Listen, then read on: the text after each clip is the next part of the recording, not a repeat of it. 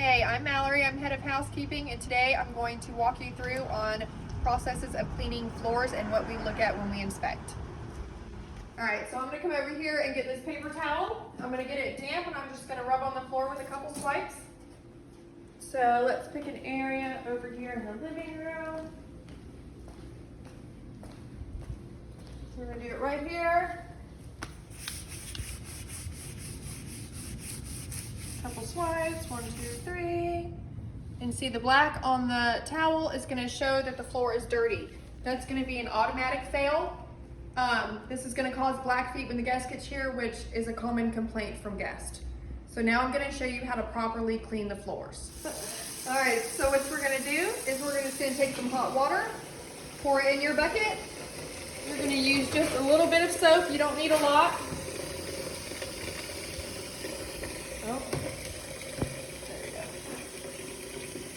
1, 2, all you need. All right, so that soap water is ready to go. So you also want to make sure that your mop has no debris on it from the previous home. So what I do is I just bring it to the sink and do a quick rinse and wring it out. By the time we get to the entryway, the floors will start drying. And this is going to let the soap build up and break away that dirt.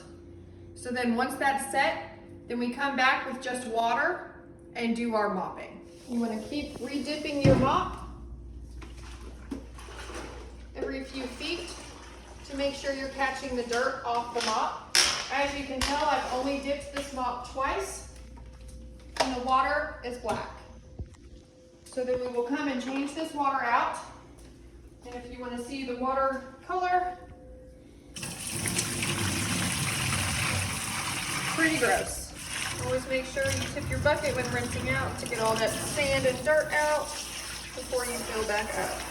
We are going to fill the bucket back up with just plain hot water, and we are going to do our mopping.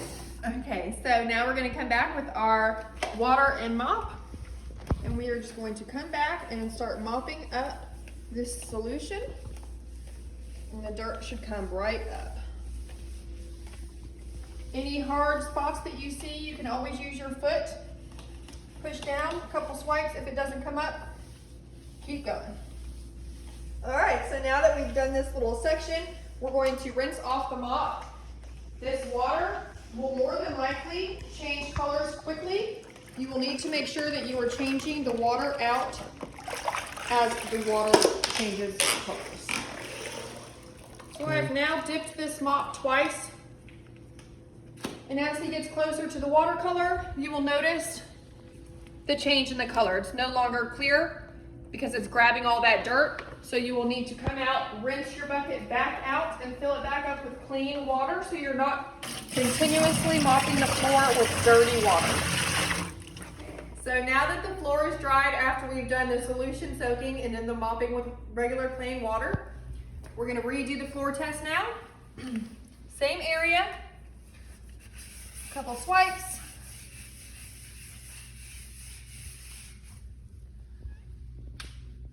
Completely good to go.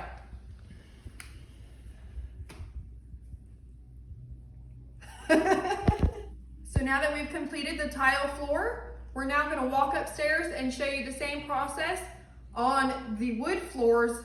I say same process, but it's a little different. So let's go. All right, so now we're here on the second floor. As you can tell, this is a different kind of floor. So these are hardwood floors. These you're going to mop a little differently because you cannot soak these with a lot of water or it will warp.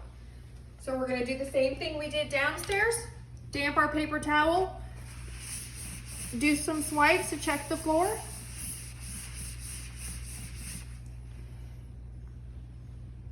As you can see, blackness is coming up. All right, so now we're just going to take the same solution we used downstairs with the water and cleaner, but instead of only wringing it out a tad bit, you're going to make sure you get it all the way out because too much water on this floor will ruin it.